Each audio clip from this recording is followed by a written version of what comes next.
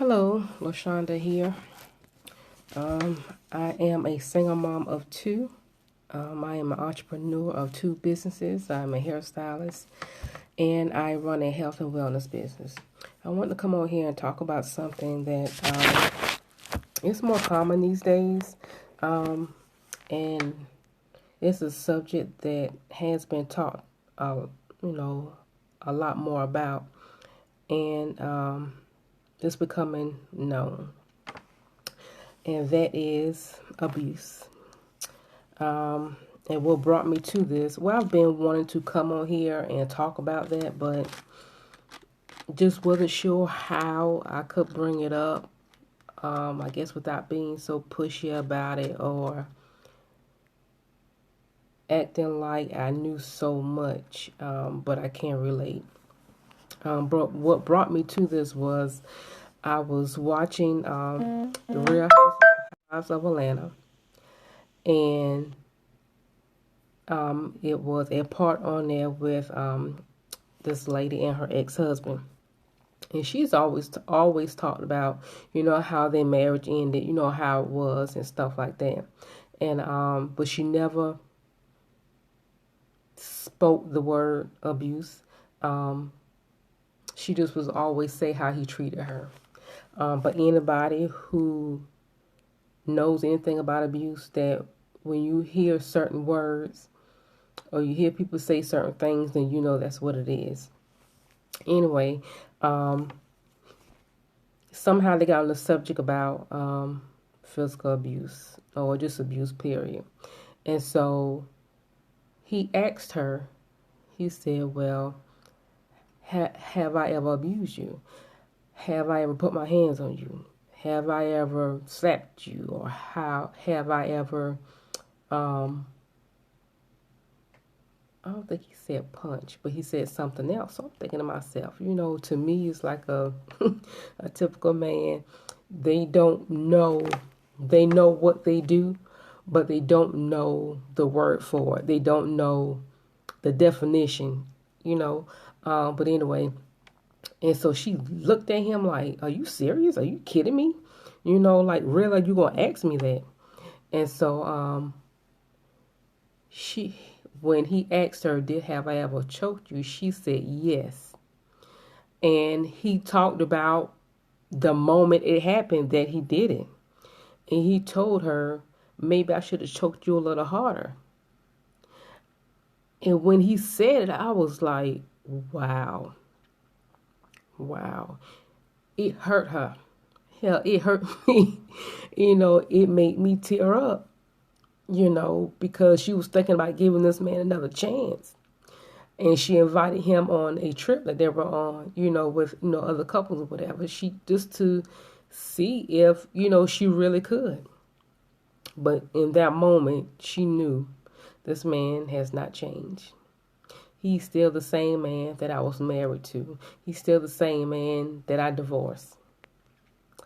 And the way he said it, it was so, to me, it was breathtaking. Because I can relate to that, and I know the words. I know the tones. You get what I'm saying? When you've been with somebody for so long, you know their body language. You know the things they say. You know their body with their tones. And when those things happen, then you already know, okay, well, I said the wrong thing, or let me take a step back because that didn't come out the way I wanted it to. And so I want to come on here and talk a little bit about abuse, whether it's physical, mental, verbal, emotional. All those things go hand in hand. A lot of people always say that the physical is kind of easy to get past because the bruises don't last long. But some people don't understand that when the physical happens, the mental and emotional part starts to happen. And once the bruises are gone, you still feel abused because now you have the emotional and the mental abuse going on in your mind. And those are so hard to get rid of. And then once you have experienced the emotional and the mental, then comes the verbal. I didn't quite experience the physical. It happened a little, if that's what you want to call it. It happened a little, but it wasn't to where he left any marks on me. But the emotional, the mental, and the verbal, that tore me up on the inside. And I'm the type of person, I wear my emotions on my face. So anybody knew me knew that, okay, if I got this certain look, something wrong. What's wrong with you? But at that time, I didn't speak about it. And I didn't know that it was abuse. For me, there wasn't a name for it. But as time went on, so maybe the last 2 years of our marriage, once I finally reached out to God, and I got to know Him better. My eyes started to open to a lot of things that were going on, a lot of things that made me really, really pay attention to and find out what it was, find out the name of it. Is there a such thing? And once I started to look up those things and find out what each one meant or how it worked, I became more knowledgeable about my situation. I became more knowledgeable about myself. I became more knowledgeable about him. And when I did, I knew this ain't right. This ain't good. How can I continue to live like this and it be okay? How can I continue to raise my kids in this environment and we be okay? Those are just things that were always there, but I finally just opened up my eyes to what it really was. But I thank God for that, because I know if I wouldn't have learned to tap into His Word, read His Word, and become more knowledgeable about my situation for myself, I still would have been there. And I thank God that I'm here to be able to talk about it. I'm glad I'm here to be able to, speak with some people about it. I'm more open now about it, because before I was ashamed. I didn't want people to look at him differently. But knowingly, if they knew us, then they kind of knew when something was wrong, something wasn't right. But, they allowed me to come to them if I needed them, which is, my family.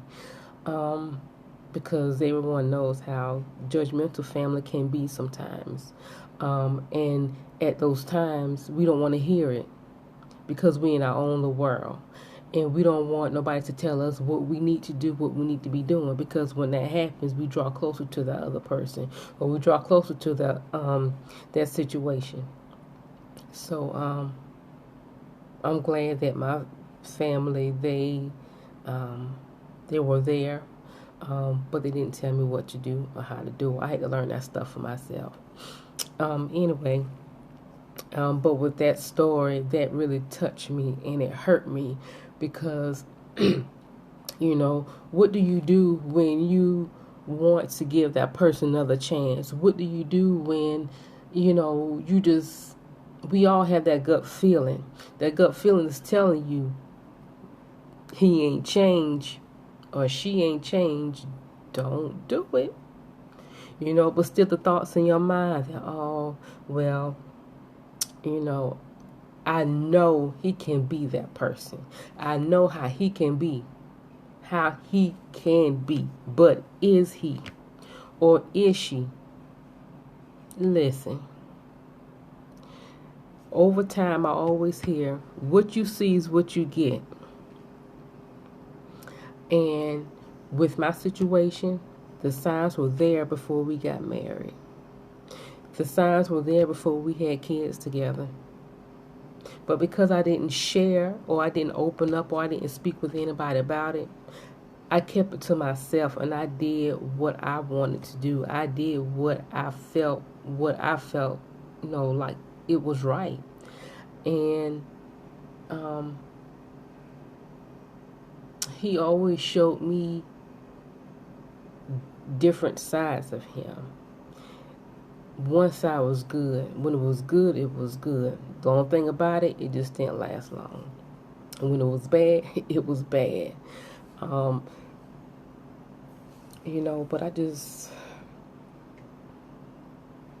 my heart goes out when I hear stories like that for women who are in abusive relationships. Because when you are so in tune with that person, you already know what time it is. Like I said, with the tone they may take, the things they may say, you already know. It's coming. It's coming. He about to flip. He about to do this. You already know what time it is. Why? Because you are in tune with that person. No matter how hard you try to stay away from those triggers, they're going to come anyway. Because it's based off of how they feel, what they want at that time, and what they think they can get from you or get you to do if they take this certain tone with you, or if they, fear in you. And once they get that fear in you, it's hard to get it out. I feared my ex for a very long time. And even after I was divorced, I feared him. Because I was still in tune with him.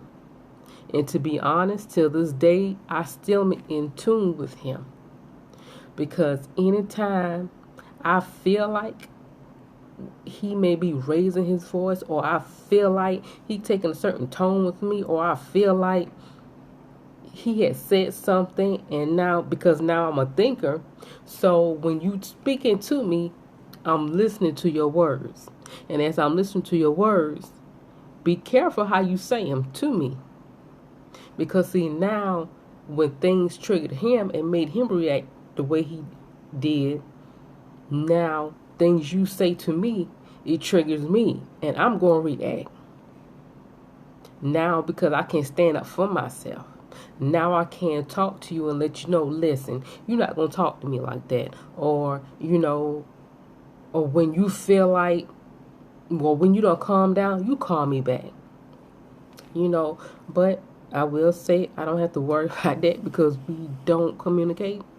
But still, even whenever we do, to be honest, I don't like talking to him. So if we do maybe communicate or whatever, just a little bit, it's through text. And even through the text, like certain words you say, like it's like as I'm reading the text, I'm listening to you actually say them to me. And it's kind of crazy, but I have to be careful when it comes to him, because I'm like, I can't let any little thing just slide, because I have to be careful. He's not careful of how he chooses his words, but I'm careful of listening to all the words he say, or all the things he may text me, because nothing is going to get past me now. Nothing. But that's just something that happens over time when you are with a person for a long period of time. You know them. You know if they're going to change or not. Just like if you say certain things, they're going to react. You know if that person is going to change or not. You know if you can continue to deal with that. And you just have to be that person that has to stand up for yourself and just like, okay, enough is enough. But when I got to that place of when enough was enough, it took me some time to get myself together, to get my stuff together before I actually left him. But I tell you, the day I left, I had so much peace. So much peace that I didn't care what happened after that. I didn't care. I didn't care because I had my peace. My kids had their peace. Not saying that, oh, he didn't call and all this other stuff. Oh, he did all that. But when I came home to my house, we had peace. And that's all I cared about. And that's still all I care about to this day. My peace. My kids' peace. You cannot raise kids in a abusive environment. What they see, they will do. If they don't do it, somebody's going to do it to them. Then what can you tell them? You can't tell them, oh, well, you need to leave that person. And the first thing, especially kids these days, they're going to say, well, you did it. You stayed with my daddy. You know, what can you teach them? You don't want them to do as you do. You want them to do as you say. But kids these days, they pick up things so quick, and before they know it, they're doing it. You know, and that's just kids, you know, so you have to be careful what you show them as they're growing. And not even just about showing them, just make sure you talk to them. You know, kids understand better, you know, more things than you know. You know, sometimes I have to think that about my own kids. Like, these kids are smart. They know more than what I think they know. You know, but I'm not willing to open up and just share everything.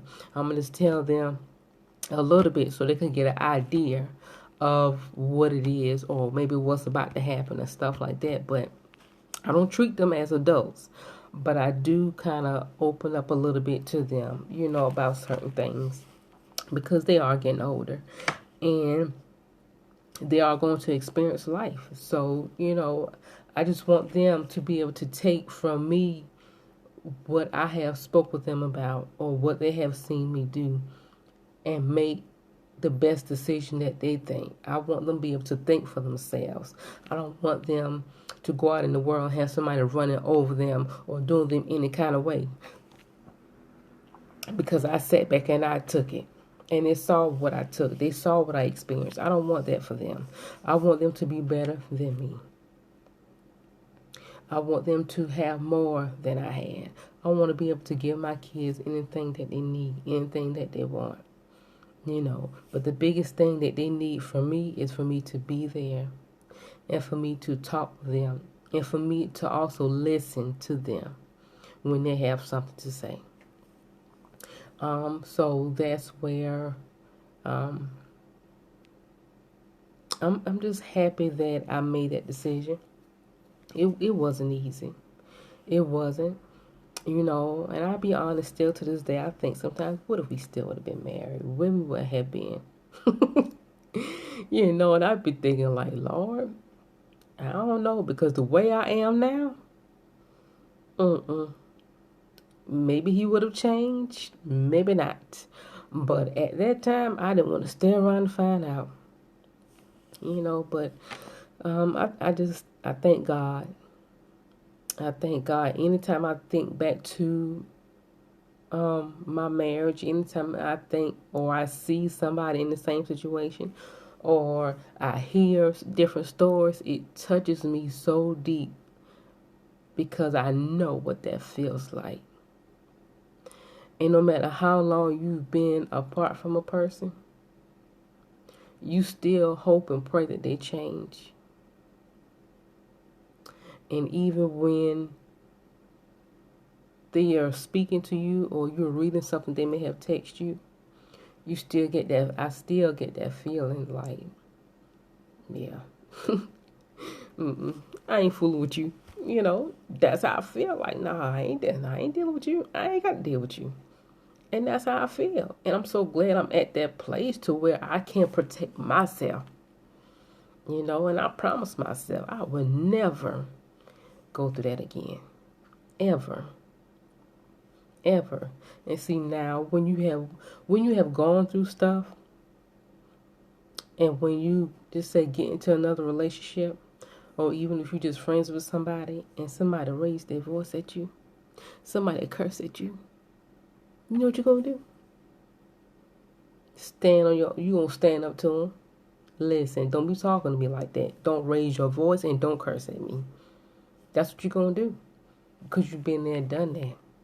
And that goes to show that was a lesson. That was a hard lesson to learn. But the lessons you learn, you must always take them with you. Because they're going to help you through something. Or they're going to help you help somebody else. And that's where I'm at now. I want to help other people. I want to help other women. You know, even men. It ain't just women getting abused. Men get abused too.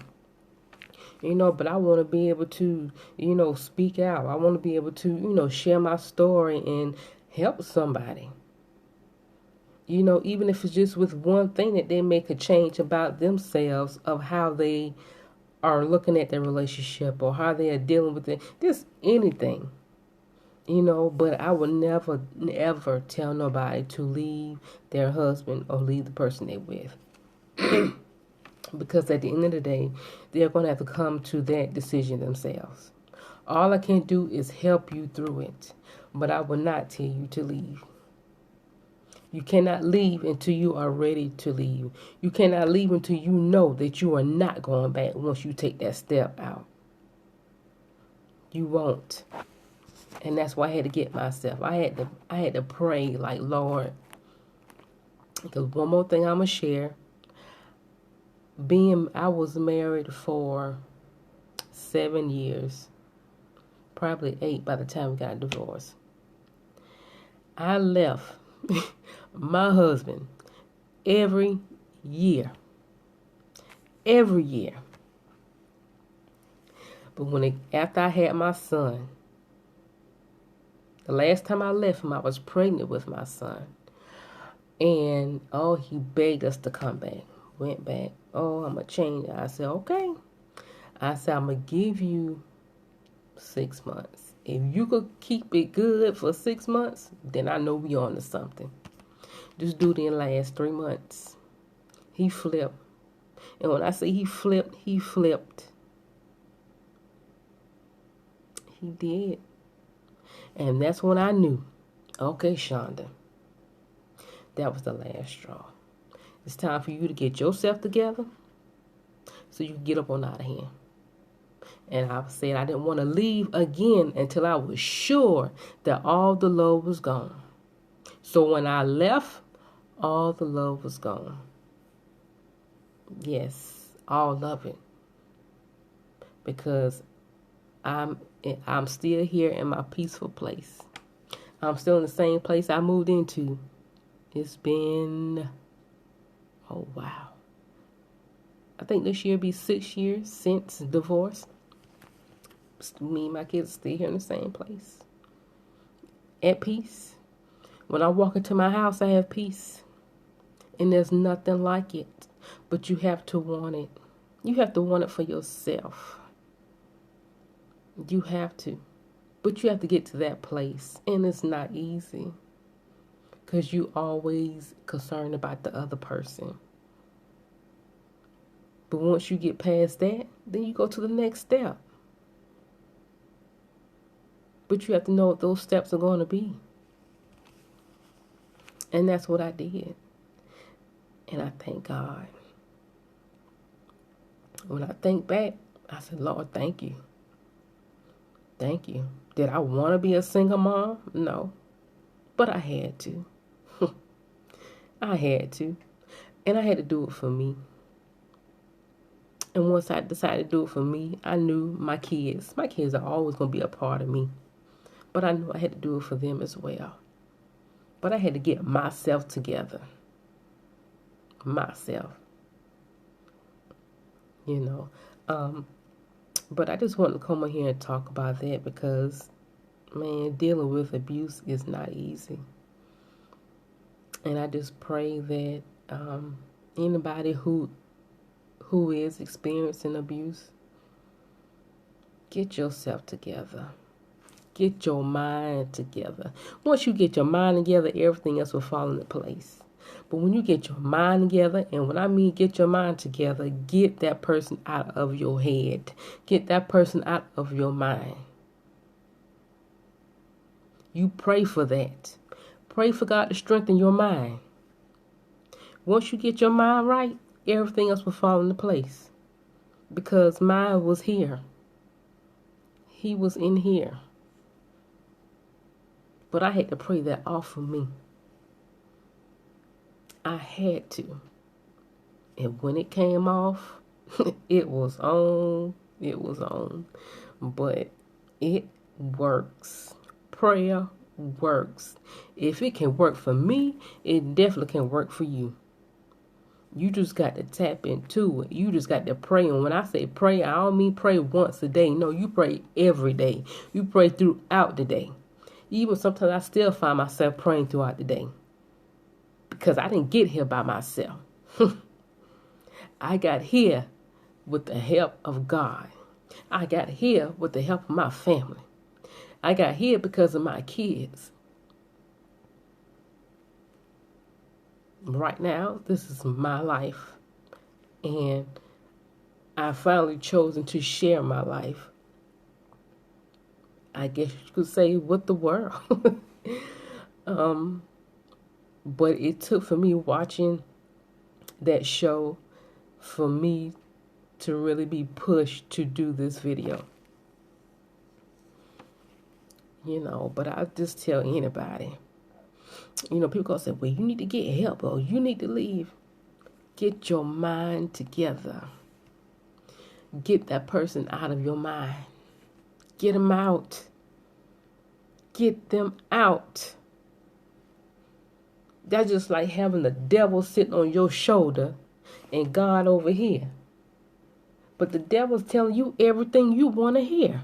Everything. And God is over here like, you want to do the work. Because this ain't going to be easy. I can't tell you what to do. But I can help you through it. But you got to want my help. And the devil over here, well, you don't need to listen to him. Most women get caught up in, oh, wait, he pay all the bills, and I don't know if I'm going to be able to make it without him. I don't know if I'm going to be able to find somebody else. Listen, there's enough people in this world for everybody. Don't ever let nobody make you think that you can't have or you can't do, because you can and you will. But if you can listen to God that's on the shoulder over here, listen to him. He will never steer you wrong. It ain't going to be easy. Yes, you're going to have bumps in the road, but that's okay. Those bumps eventually smooths on out.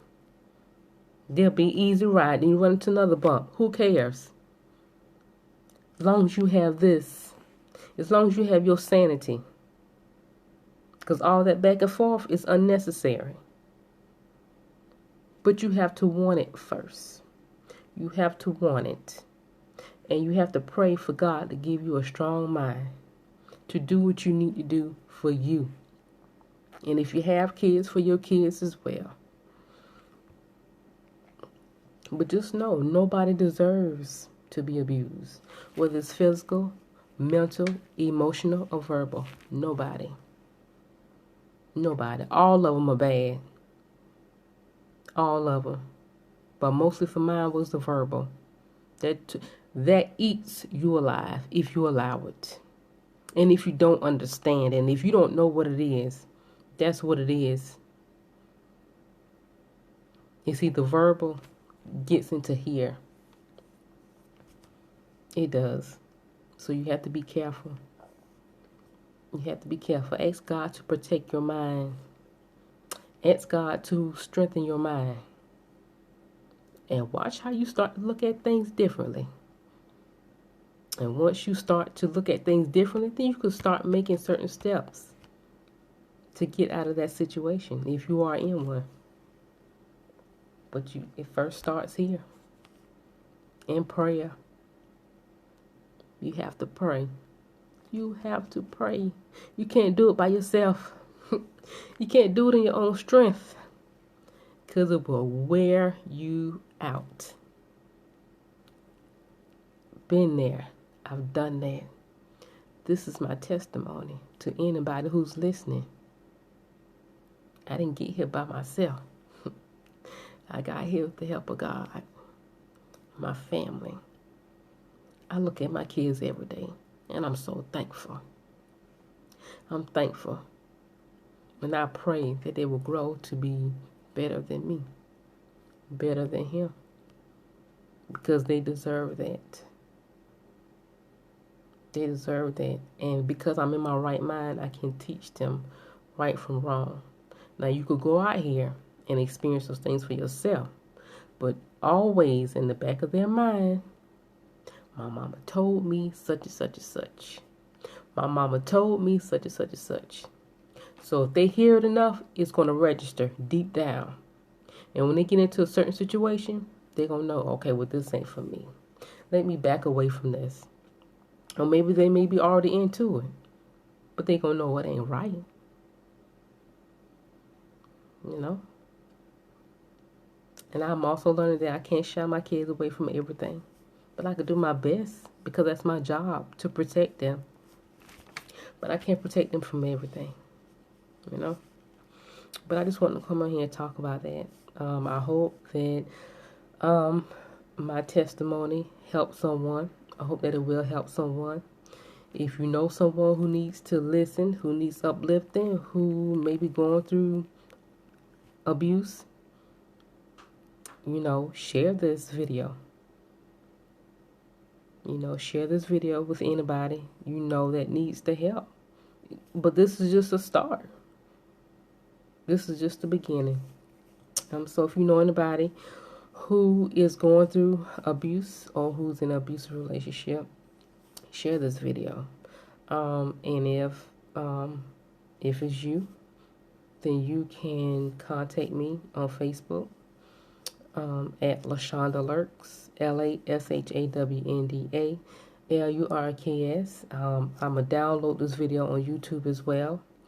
And also, I don't normally give out my number, but I will.